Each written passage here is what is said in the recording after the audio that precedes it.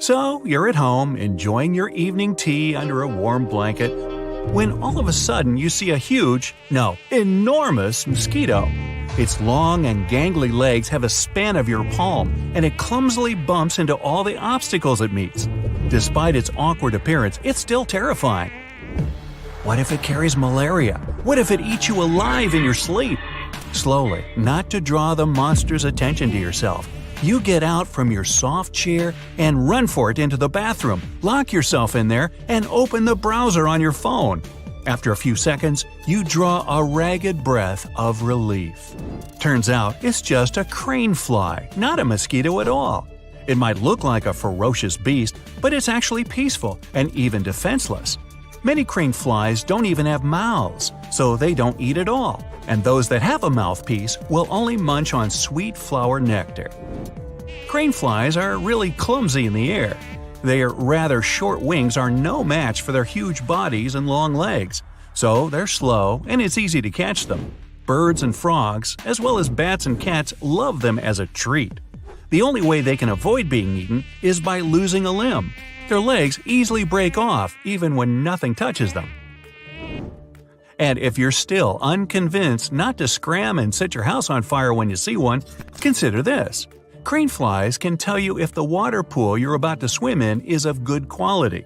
If you see these bugs on or above the water, you're good to go. Even more, fishers often make their bait look like the crane fly larva. This makes it more appetizing for the fish. But while Googling, you get engrossed with reading up on some other weird and crazy bugs. For example, here's the human-faced stink bug. Nah, they don't really stink, at least for humans. They give off pheromones that attract other stink bugs, letting them know there's food nearby. The most peculiar feature of it is in the name. A man-faced stink bug has a face on its back, with 3 black dots drawn in red. The vibrant color of its back warns predators that the bug isn't tasty or even poisonous, while the black eyes draw attention from them to the vulnerable head. Saddleback caterpillar's name is also quite telling. It looks like some creature from another planet with a bright green saddle over its back. And the saddle is, sadly, the only safe part of the thing to touch. The spines you see all over the rest of its body are sharp and highly poisonous. If you want to give it a friendly tap on the back, make sure you don't touch anything else. Well, we have a Titan beetle next. Meet the largest beetle in the whole world. It can grow as long as your entire palm, complete with fingers. Seeing one in the wild can be a shocking experience, especially if it flies right in your face. But don't fret. Thankfully, this giant is placid and won't bite you if you don't mean it harm. Still, if you make it angry, never let its mandibles touch you. The bug will hiss and bite, and what such snap can crack a pencil in half. What's interesting, an adult Titan beetle doesn't feed at all. It doesn't need food to survive. As a larva, it gets enough energy to keep it well-nourished even when grown up. Ooh, I'd love that ability. An even more menacing-looking bug is a giant weta. Living in New Zealand, these cricket-like creatures look like someone forgot to lock the portal to the infernal. A massive, beefy body with 6 thorny legs, long alien-looking antennae, and big mandibles that just might cut steel. Well, in fact, these giant insects are quite peaceful and won't bite unless provoked. And even if they do, it's not as bad as you might think. There are videos with wetas biting hands of people holding them and doing no harm at all. So don't let it scare you, even though such an insect might weigh more than a full-fledged sparrow. Atlas moths look like they have 3 heads, 2 of which are serpents. These pretty nocturnal flyers have strange shapes on the tips of their wings that look like snake heads. This seems to be their mode of defense from predators. And that's also why they're sometimes called cobra moths. In Southeast Asia and India, where they normally dwell, atlas moths are often found on butterfly farms producing silk. And that's some sight. The wingspan of one such moth can reach 10 inches. That's larger than your hand. Peacock spiders are perhaps the cutest arachnids in the world, second maybe only to their jumping cousins.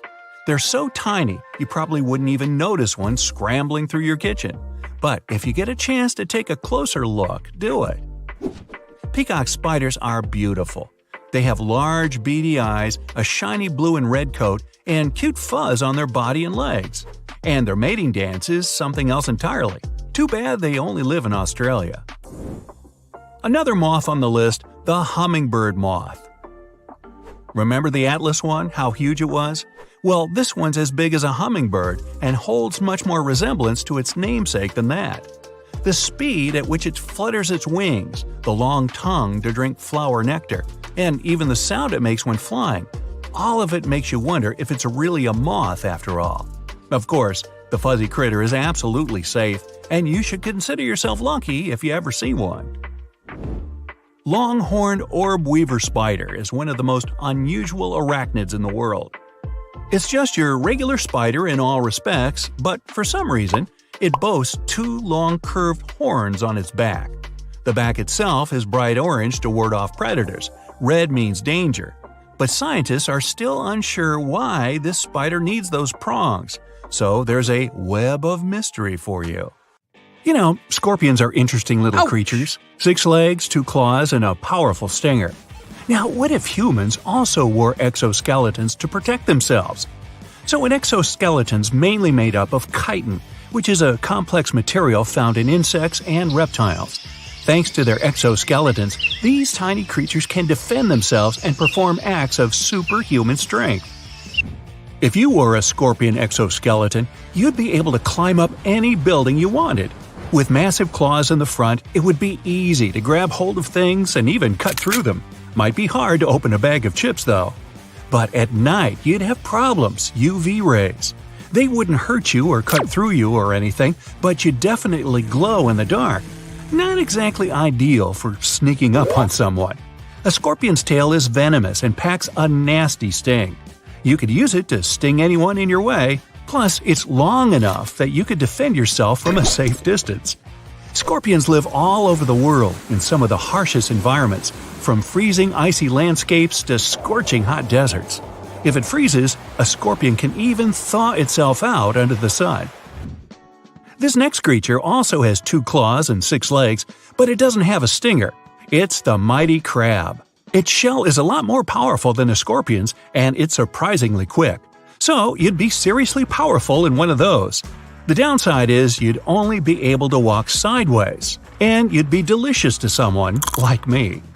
There are almost 5,000 species of crab all over the world, each with special skills.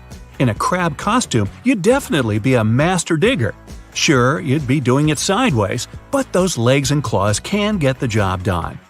If there were crab-inspired bodysuits, they'd most likely be made for digging. You could even work underwater. You'd be agile, strong, and you'd look awesome. Humans in ant suits would dominate any construction site. Ants live in colonies around most of the world and rely on strength in numbers. But that doesn't mean each little ant's weak or anything, just the opposite. There are actually already exoskeleton suits out there to help humans do some heavy lifting. But to use the actual strength of an ant would be a game changer. An ant can lift around 1,000 times its own weight. In a group, they can drag a bird across a field without breaking a sweat. What's even crazier is that they can carry things while they're climbing straight up a wall, or even upside down. Wow! Imagine a group of humans dragging a jet fighter up the side of the Empire State Building. There wouldn't be any need for bulldozers or cranes anymore. Just strap into an ant suit and get her done. Buildings could be inspired by those huge underground ant colonies. Ants are amazing at making tunnels. Imagine wearing a bodysuit that flies through the air like a stealth craft. If you wore a hornet suit, you'd have it made. They have a tough exoskeleton that's surprisingly light and easy to maneuver. Picture a fleet of strong flying acrobats. Oh, and don't forget the stinger. Most people think of hornets as pests, but they're not. They do a lot of good for the ecosystem, like eating up those pesky mosquitoes. Having a hornet suit would be essential for any kind of undercover work, not so much for office work. A strong, aerodynamic bodysuit with a powerful stinger? Hey, sign me up! An armadillo uses keratin to make its bodysuit. You know, the stuff your hair and nails are made of? What makes it unique is that it's foldable and durable at the same time. It's made up of hexagon-shaped plates that go all over its back. When there's danger around, it can roll up into a ball. Scientists are studying how to make durable bending glass just like the armadillo's body plates. Humans wouldn't be 100% protected with this thing on, but they'd be able to withstand pretty much anything. You could jump out of a plane, no parachute, land on a rooftop, brush it off, roll off the edge, and land safely on a nearby car, all while being chased by tricked-out cars and helicopters. Nah, I've been streaming too many movies. Being one of the slowest animals on Earth does come with an advantage. You got a heavy shell on you 24/7 for protection. Just like armadillos, tortoise shells are made of keratin. What's sweet about its shell is that it grows with the tortoise. Crabs and other shelled animals have to keep replacing theirs as they outgrow them. Humans would be almost invincible if they wore tortoise suits, but they'd be insanely slow and draw a lot of attention. Still, if something goes down, you could just hide in your shell and wait it out. Hopping around from place to place would be pretty sweet, but what about flying? Grasshoppers can do both. They have a set of wings they tuck in behind them, which they unleash after their epic takeoff jump. Oh, and they come in all shapes and sizes, great for camouflage.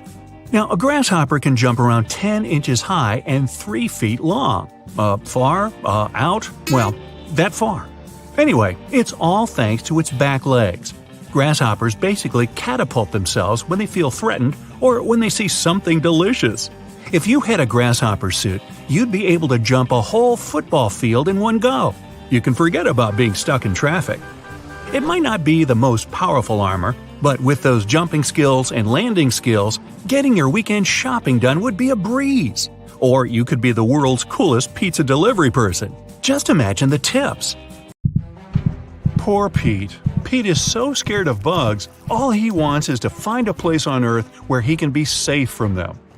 After years of research and traveling, he eventually finds the place to go – Antarctica. Pete makes it there, confident that bugs wouldn't survive in the cold.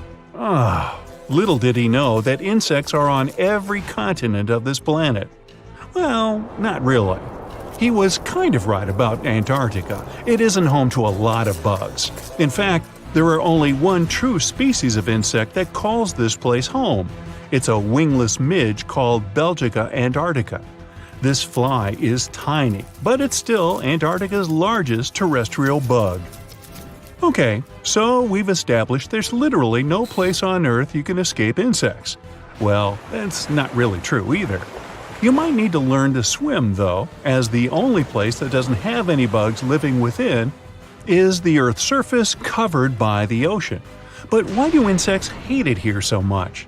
No one could really come up with a definitive explanation, but some think it's because the oceans lack the plants that insects use for food and shelter.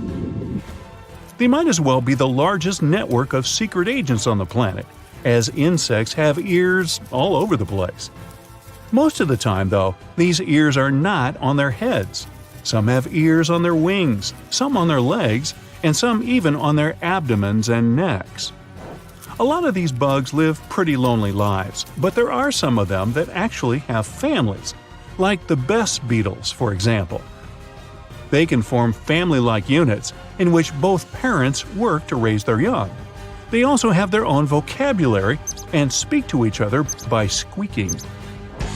Should an insect ever fall from a certain height, does it sustain any damage?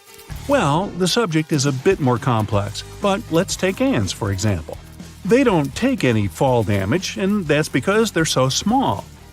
A lot of other bugs can technically fall from a height of miles and still be fine. The explanation has a lot to do with math and physics, which the bugs themselves have no time to study.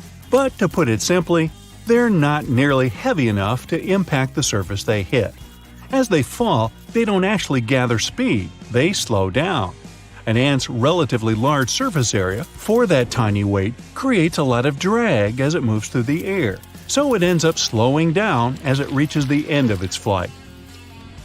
Speaking of ants, wasn't I doing that? There are about 1 quadrillion of them on the planet at any given moment. That's about 1.4 million ants per human, calculated for a world population of 7.3 billion people. If we put it that way, it's their planet, right?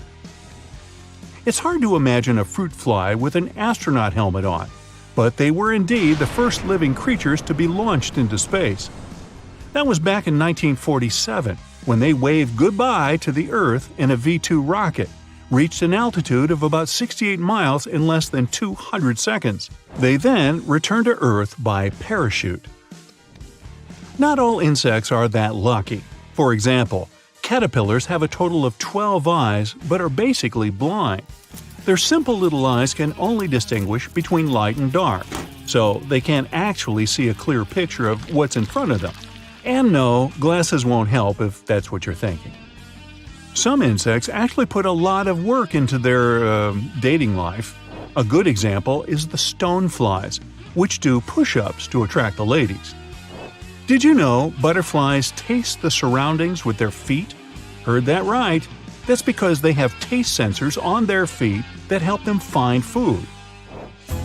So they stand on a leaf and give it a taste. If they figure out the plant is something that their caterpillars can eat, they place their eggs in this spot. But how do they eat, since they can't bite or chew? Well, they use their long tongue, which looks more like a tube, called a proboscis. It's basically a straw that helps butterflies to slurp up liquids, like nectar, for example. The ancestors of this crafty creature had lived on this planet way before the dinosaurs themselves. Fossil records show that ancient grasshoppers first came up more than 300 million years ago.